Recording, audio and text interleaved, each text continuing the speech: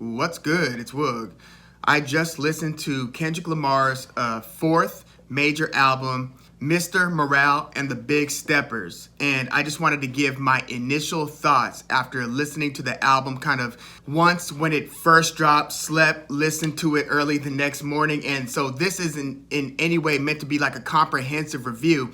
I just want to give my initial take. And, with Kendrick Lamar, a lot of things require several listens because he's got so many messages kind of hidden within the song that require several listens to really get the full juice out of the squeeze. Not too dissimilar from another favorite rapper of mine, Slug from Atmosphere. I mean, I know he's not as major an artist as Kendrick Lamar, but it takes several listens sometimes to certain verses to really get what the underlying message was. So Mr. Morale and the Big Steppers, there were obviously huge expectations here. Like when Kendrick Lamar drops an album, it's an absolute event. And because of his album by album success and just not only meeting expectations, often exceeding them, it's really kind of become a, wow, I wonder what's going to happen with this next Kendrick release. And, because he doesn't drop as often as like Drake, for instance, Drake hasn't been nearly as critically acclaimed as Kendrick Lamar. Yes, he sells more records. Yes, he drops more albums and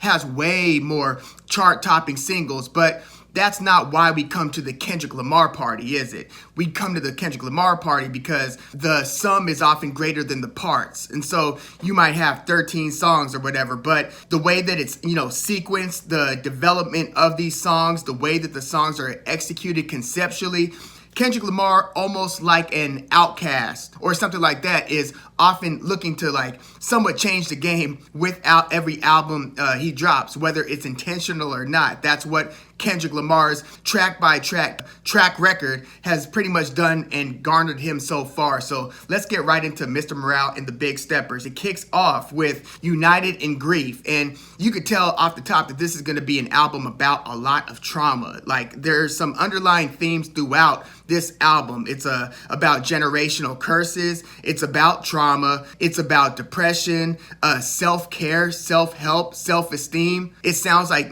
he has been doing and undergoing therapy under the, suggestion of others that maybe he should. Sounds like he was reluctant, at least if I'm interpreting these lyrics, correctly, but that it's actually done him a ton of good. And the way that he's expressing a lot of very deep and difficult topics, it's pretty amazing throughout this album. And so United in Grief is how he kicks this whole thing off. And by the way, the major producers throughout this album are pretty much, Soundwave, who's been, producing a lot of Kendrick Lamar's, work over the years, especially in his last couple of albums. He's got J Pounds, J Pounds, Duval Timothy. There's also a lot of Beach Noise. So a lot of these songs are co-produced between like Soundwave, J Pounds, Duval Timothy, Beach Noise, or a combination of them. And then occasionally you'll get like Tay Beast or DJ Dahi, who's actually produced a significant amount of hits for Kendrick Lamar and others. So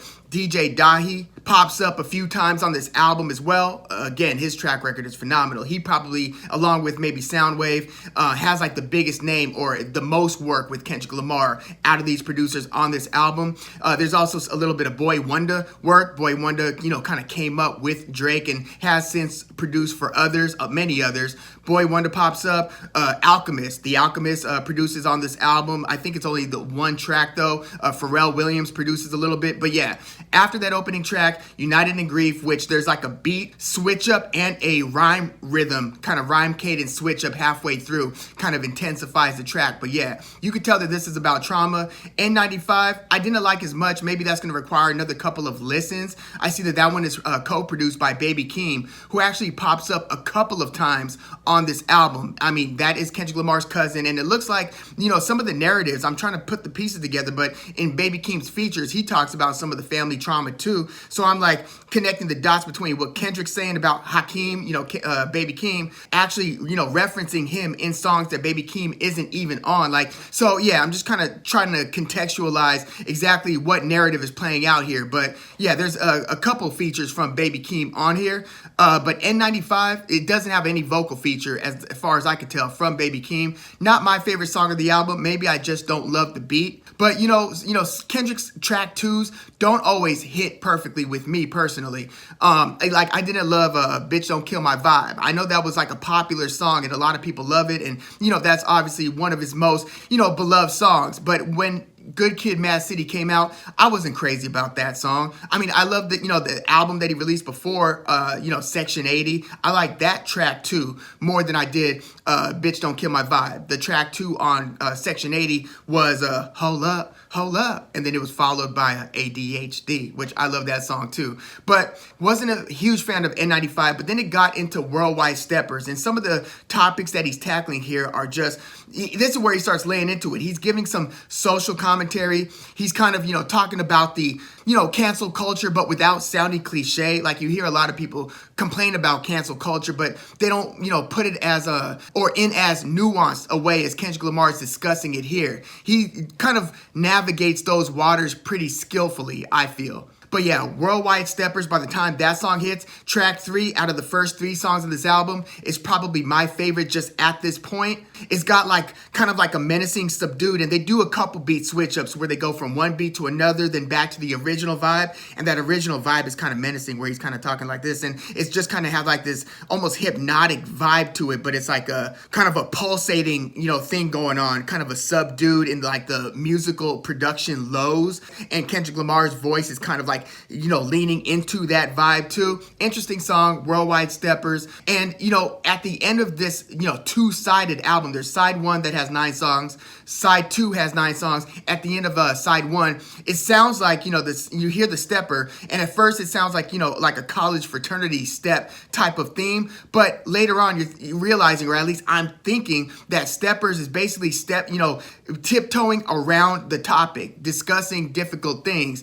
And so it sounds like, the steppers, the Worldwide Steppers, are not confronting like a problem head on. This is at least my interpretation, and that they're instead kind of dancing around the problem and doing different things and exhibiting different types of behavior to cope with trauma. So yeah, Worldwide Steppers is track 3. I like that one a lot. The next song, Die Hard. This one sounds like it's going to be a radio single. It's featuring Blast and Amanda Reefer. And it sounds a lot more upbeat. Sounds like something that, you could hear 50 times a day on popular radio. So I think that that's where he was going with Die Hard. Yes, he was also tackling some, difficult, controversial, and just uncomfortable topics here as well.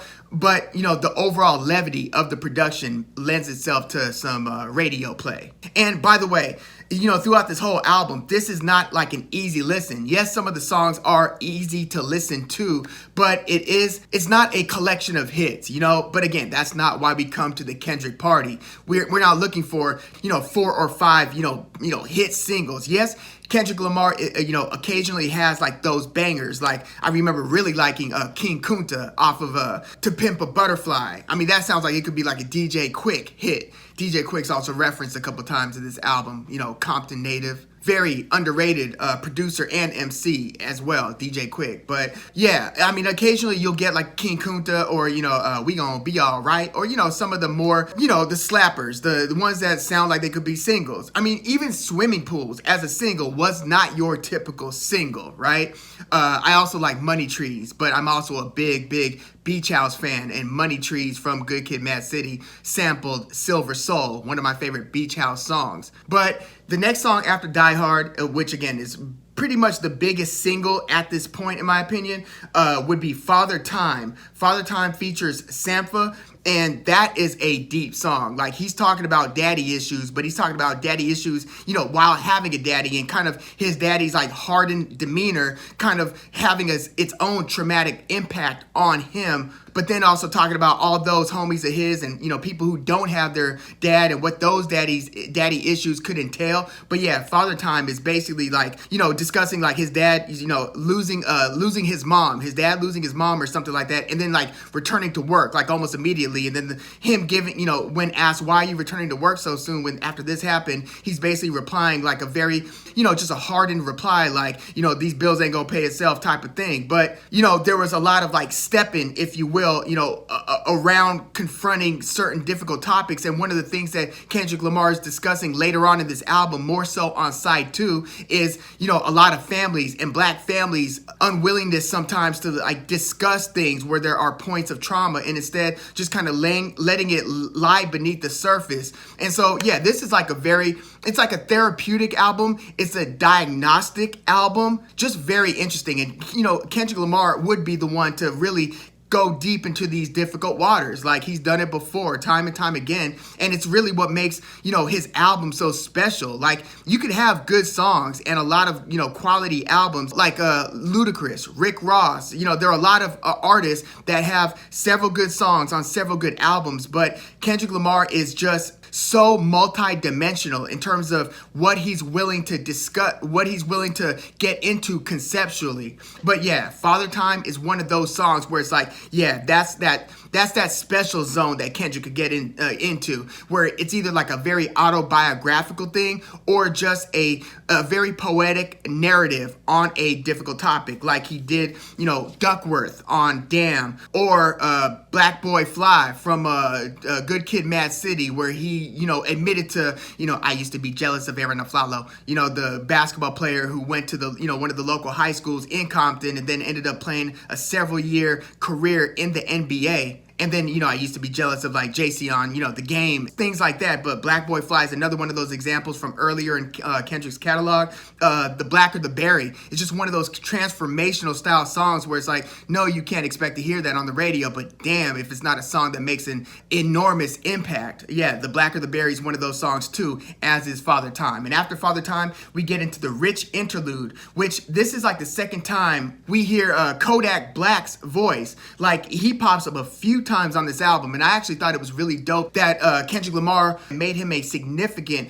part of this album. Like, every bit as much as, say, Baby Keem is a part of the album, Kodak Black is a part of the album. And, he's been a very embattled rapper over the years, incarcerated multiple times, just came up like super young. Like, put it like this. Kodak Black is still, even with everything that he's been through, he's still only 24 years old. Think about that. It's like he's lived like multiple lifetimes already, but he's 24 years old. And yeah, props to Kendrick Lamar for reaching out to Kodak and featuring him on multiple tracks here, whether he's just talking on like an interlude in an interlude style way or actually lending vocals on a track. But yeah, Kodak Black's presence is definitely felt on this album. And I think that, that Kodak Black's talent and his story resonate with Kendrick Lamar. I think Kendrick Lamar has a lot of empathy in his heart also for Kodak Black. So that was pretty dope. But yeah, Rich Interlude goes into Rich Spirit, which is a good song produced by DJ Dahi. And another person, Sam Dew, the vocalist, is also popping up a couple times on this album. And he is listed as one of the co-writers on that Rich Spirit song. And he features later on the album, on the second part of the album. But after Rich Spirit, We Cried Together with Taylor Page. And wow, this is like a back and forth argument style song where Taylor Page is rapping and discussing and yelling from the standpoint of the woman in this relationship, this, for lack of a better term, toxic relationship. And then Kendrick Lamar is, arguing from the viewpoint of the man, and they're going back and forth, just kind of out of character. Sometimes it doesn't even sound like a rap verse. It just sounds like they're yelling, but it's still in a clever cadence, and they're still rhyming in a lot of these ways and rhyming on top of each other's hurtful lines. But man, the songwriting that went into this one, this is up there to me. This was almost as shocking in terms of how you're hearing the relationship play out. It's almost a little bit like Eminem's Kim from the Marshall Mathers LP. Now, she doesn't die at the end like she does in Kim, and like women often did in early Eminem songs. But yeah, We Cry Together is a very, traumatic bass, and it's produced by The Alchemist, by the way. But it's based in trauma, relationships, and just the songwriting of that one is like, oh my God, like they went there, and it's just like you hear like the stuff escalate, and the way that they start, like their voices start cracking as they're yelling louder. It does remind me of Eminem by the end of Kim. Now, there was no female standpoint. No, there was a female standpoint, but Eminem was doing the vocalizing on both sides. This one actually has a featured appearance from, in this case, Taylor Page. But yeah, it is a little bit reminiscent in terms of how conceptually unique this style of song is, as Kim was back in 2000 when the Marshall Mathers LP came out. But yeah, We Cry Together, probably the most, along with Father Time and maybe Worldwide Steppers, most creative song at this point of the album. And then after that, it's Purple Hearts with a nice vocal performance from Summer Walker, another artist who's been somewhat embattled in recent years, also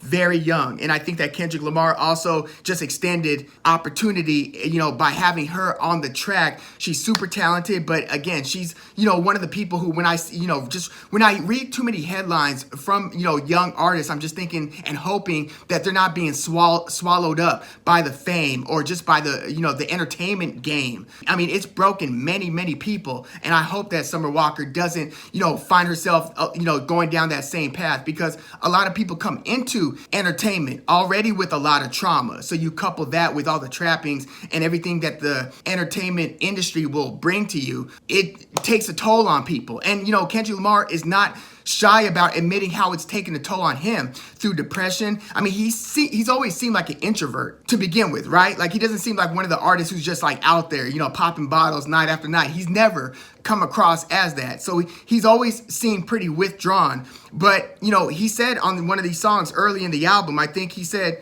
like on track 4, Die Hard or Worldwide Steppers, or one of the first few tracks, he said he had 2 years of writer's block. So he was going through writer's block, again, depression, and just trying to confront his own, inner demons and addictions. Not necessarily drugs, but drug isn't the only thing that you could be addicted to. So yeah, a lot of these things are discussed, and Kendrick Lamar is not always, talking about trauma in third person. He's doing it very much often in first person. And he does that even more on side 2 of this whole thing. So side 1 wraps up with Purple Hearts featuring Summer Walker and Ghostface Killah. Ghostface Killah, like, he's actually participating in this song. Legendary MC from the Wu-Tang Clan, pretty much has the best solo discography out of all Wu members. It didn't start off that way.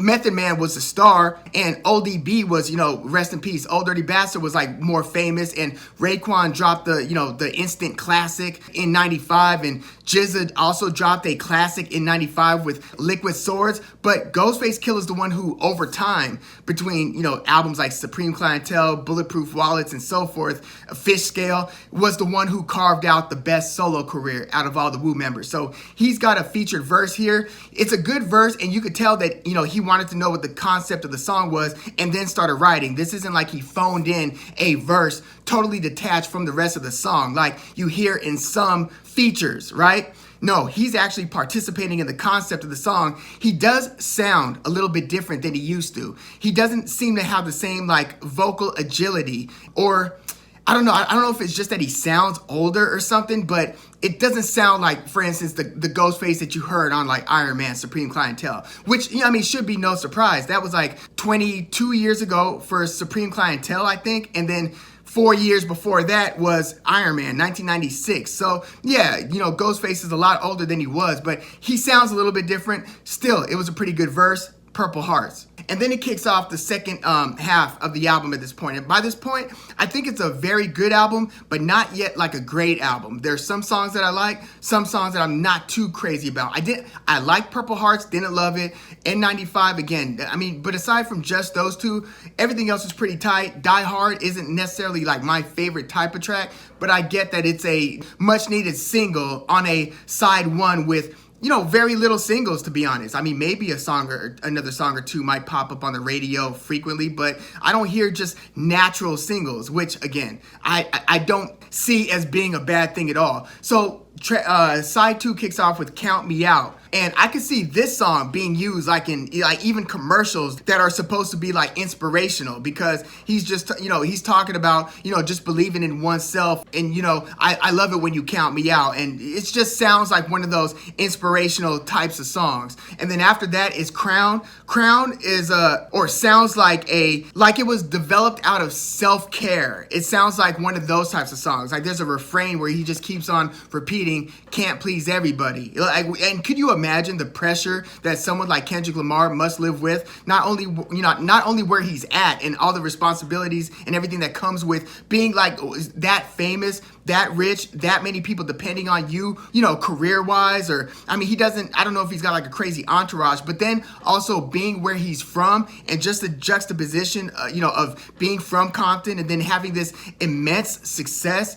Yeah, the pressure has to be crushing. And so Crown sounds like it's a self-care type of song. And this one is produced by Duval Timothy, that same name that I had mentioned earlier, who pops up on a few of these songs as one of the credited producers. Then we get into Silent Hill. This one features Kodak Black.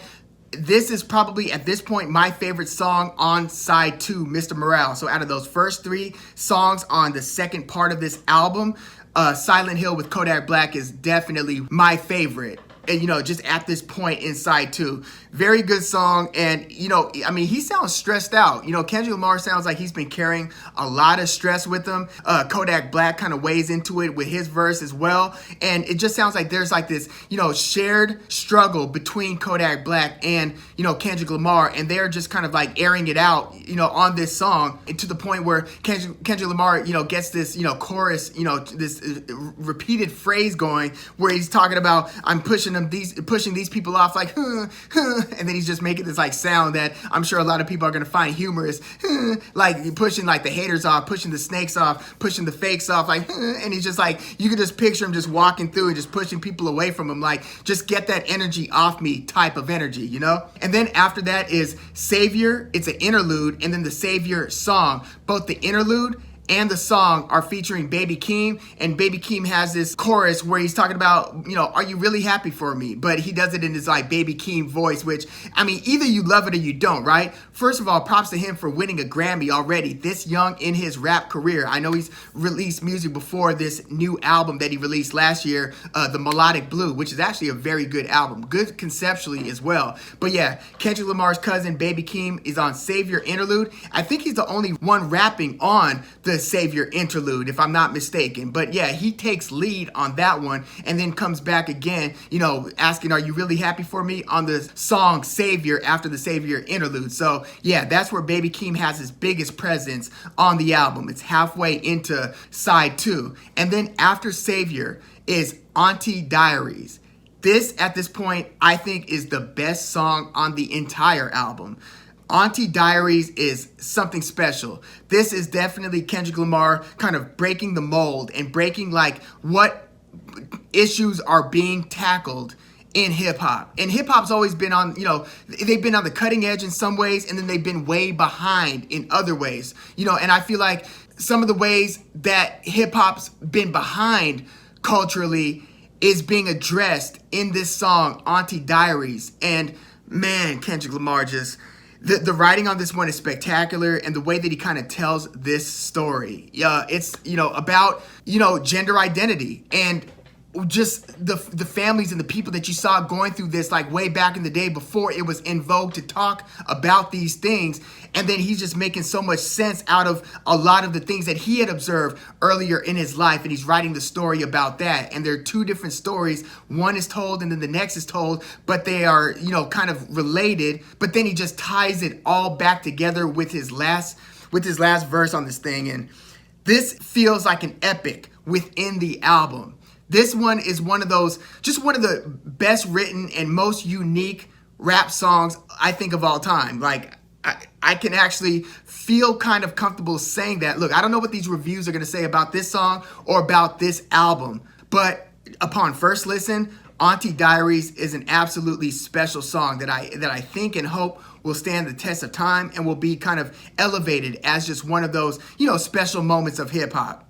Truly unbelievably good song. which, without getting into too many spoilers, he also addresses that concert he had where he had a guest person jump on stage, a fan who was a white lady, white female, who was rapping the verse, rapping with him, and then, had rapped, a lot of the verse where she didn't leave certain words out that the crowd and Kendrick Lamar, at least in that moment, thought that she should leave that word out, and she didn't, and it ended up going viral. And there were mixed opinions on how he treated that situation, but he addresses that one as well. And he also addresses how loosely, back in the day, like in the late 90s, early 90s, mid 90s, how freely everybody use the homophobic F word so casually, and he gets into that one as well. Again, he is, discussing a lot of those third rail dangerous topics to even bring up sometimes, and he's really getting into it and discussing it in a very authentic,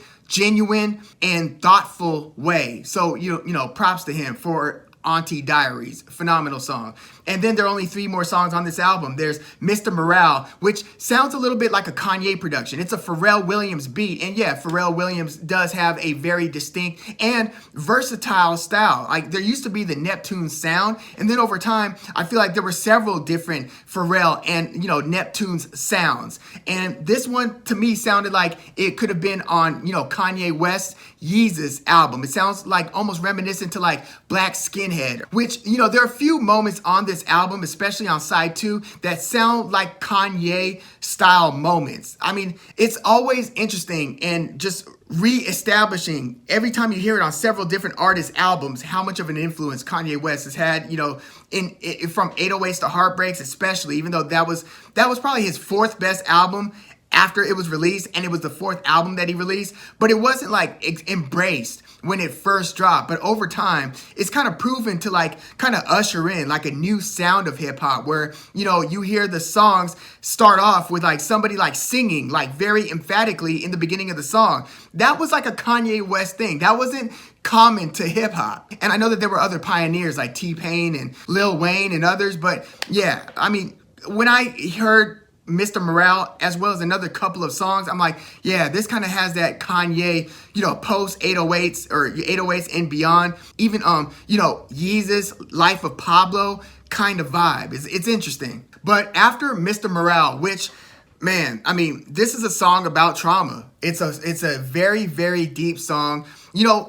Kendrick Lamar is also not one of those rappers who just has like a ton of like, witty punchline, like a Fabulous or Pusha T or, you name it. There's so many like rappers that are just so barred out, and it's always like good one, good one. Like, Kendrick Lamar's style is a little bit more poetic. He's a little bit more Nas-like. Nas is another one who, line for line, is not just going to kill you with a, oh man, that was nice, that was nice. No, it's more like there's a depth to it, and Kendrick Lamar, Mr. Morale is just one of those types of songs, and it's a little bit more upbeat than a lot of the stuff around it. Like, a lot of these songs are like very just kind of minor note and just kind of despondent or downright depressing sounding, some of the moments on this album. But Mr. Morale, because of its production, is another one of those songs that sounds a little bit more single-like. Now, it doesn't sound like your typical modern rap style beat at all,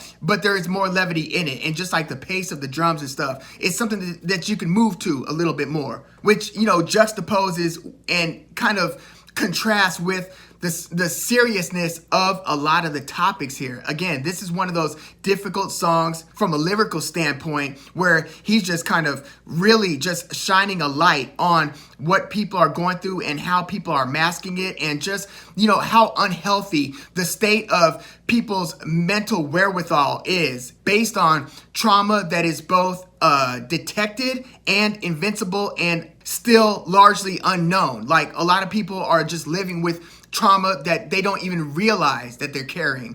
Mr. Morale is, a song that really gets into that. And then the song after that, Mother I Sober. Besides maybe Auntie Diaries, this might be the other best written song on the album. This features Beth Gibbons of Portishead fame. You remember the song Glory Box? Beth Gibbons, she was kind of on the cutting edge of trip hop, is what we used to call it back in the late 90s, early 2000s. But Beth Gibbons and Portishead was like one of the kind of new age sounding styles of production and vocalizing, along with like Massive Attack and Mazzy Star. There were just like different artists that were kind of a precursor. Well, I mean, Dream Pop was already somewhat around, but you know, there was just a more of a down-tempo vibe than a lot of the more light sounding Dream Pop. That's the cloth that Beth Gibbons is cut from. She features on Mother I Sober, and again, this is one of the best songs on the album. It's a long song, and it's just a very honest, it's about family trauma, and it's about how family trauma is often not discussed. It's about sexual abuse. It's about sexual abuse within the family structure. It's about distrust. It's about keeping your pain like inside and not really discussing it, revealing it, not seeking any therapy or care, and just how that impacts individuals who are living with that, regardless of the side that they are on the trauma, whether they are the inflictor, whether they are the victim, whether they are the person who's aware of the victim and the perpetrator and then serves as a suppressor. Although in this case, you know, the protagonist is being asked, you know, at a young age, you know, did he touch you? Did he touch you? Did this, you know, relative touch you? This is a difficult song and it's brilliantly told. I mean, man, this is just one of those where you just have to take a break. You just have to hit stop after the song and just say, wow. Oh, wow. I thought that this song was a tremendous feat. Like, if they considered songs more often that weren't like hit singles for like Grammy Song of the Year, I would definitely put Auntie Diaries up for nomination. I would put Mother I Sober up for nomination. These are just songs that you really like. Having it hit number one would not do it justice. It's not even a song that's, you know, built like that. But this is one of those songs that, again, I think will stand the test of time and will be one of the most appreciated songs in Kendrick's catalog. Like, this is, again, Kendrick Lamar getting into that zone that very, very few are able to get into. And he does it, and he tells one of the most powerful stories I've heard on a rap track, seriously. And then after that, he closes the show with Mirror, which it's a good, you know, vibe, and it's a more pleasant vibe. It's a, you know, I chose me, you know, I chose my well-being, my mental health, and so forth type of song. It's almost like that I Love Myself from To Pimp a Butterfly. Like, it's one of those, you know, more of a feel-good style song compared to a lot of the other songs on the album. This is the show closer. So the album in total runtime is a little bit above like 70 minutes or something. So it's not like super long, but it's, you know, long by just regular album standards. It does run over an hour, but it doesn't really feel like a long album. I remember listening to Donda for the first time and I'm like, wow, this is a long album. This one doesn't feel like a long album. I remember listening to Drake's Certified Lover Boy thinking, this is a long album. I don't feel the same about Mr. Morale and the Big Steppers. So again, side one, volume one, the first 9 songs is the Big Stepper side. And then the second half, the last 9 songs is Mr. Morale. This is a concept album to its core. And again, Kendrick Lamar is just the master of delivering albums that are greater than the sum of their parts. But yeah, let me know if you've heard the album already, what your initial thoughts are. Do you see this like, if I was to kind of grade it now, I don't know if it's a letter. I mean, if it's a letter grade, it feels like it at worst an A-. Like, and I mean, that's grading on like a special curve, like by Kendrick Lamar standards type of curve, you know? So this, I don't know if it's his best album to date, but I know that, you know, I released a video on the expectations of this album and asking the question, might this be the album that doesn't live up to the expectation finally? Like, I was wondering how sustainable this consistency in greatness is to where, like, even if you release an album that's very good but not great, like, you know, I didn't love Damn, but Damn has been, I mean, it's in the, it won a Pulitzer Prize, and that could be Kendrick Lamar's worst album, Damn, and it's a Pulitzer Prize winner. So Kendrick's now like a Pulitzer Prize winner, an Oscar winner, obviously a Grammy winner. He's just been killing it. And I was wondering if Mr. Morale and the Big Steppers was going to be the first misstep, pun intended, in his catalog, in his discography. And no, like this one actually stands up there with the other albums. Good Kid Maad City is such a shorter album. It's like 13 songs or something. This one has 18 songs. So when you have 18 songs, you do tend to have a little bit more fat. Whereas if you keep it like super compact, like Pusha T does on his albums or Nas did on Illmatic, then it sounds, it just sounds tighter. But even with that, this doesn't feel like it's got a lot of fat on it. Everything seems and sounds very purposeful. So yeah, let me know what your early thoughts are. I would say if I were to rank my Kendrick Lamar albums in terms of how much I like them, and I'm going to include Section 80 in this, and I'm probably going to do another video just kind of ranking the Kendrick Lamar albums overall, but my early thoughts when giving it some thought, I'm not going to include Overly Dedicated, that album or mixtape before Section 80 or anything prior to that, but I would say To Pimp a Butterfly might be one. Either this or Good Kid Maad City, number 2. Like, I think that this album is that good. I'll just wait. I'll err on the side of letting time tell the story a little bit on that one. So I will say at this point, Good Kid Maad City 2, and then Mr. Morale and the Big Steppers, even though, the excited part of me that just heard this album wants to elevate it. It's such a good album. I was very impressed. But yeah, I'll say Good Kid Maad City 2, Mr. Morale and the Big Steppers 3, and then Section 80 4, and then Damn number 5. And maybe I am being harsh on Damn. Maybe I need to give it another re-listen. But yeah, let me know what you think upon first listen to Mr. Morale and the Big Steppers in the comments. Like the video, subscribe to the channel if you love hip hop like I do. I'm Woog. Thanks for tuning in.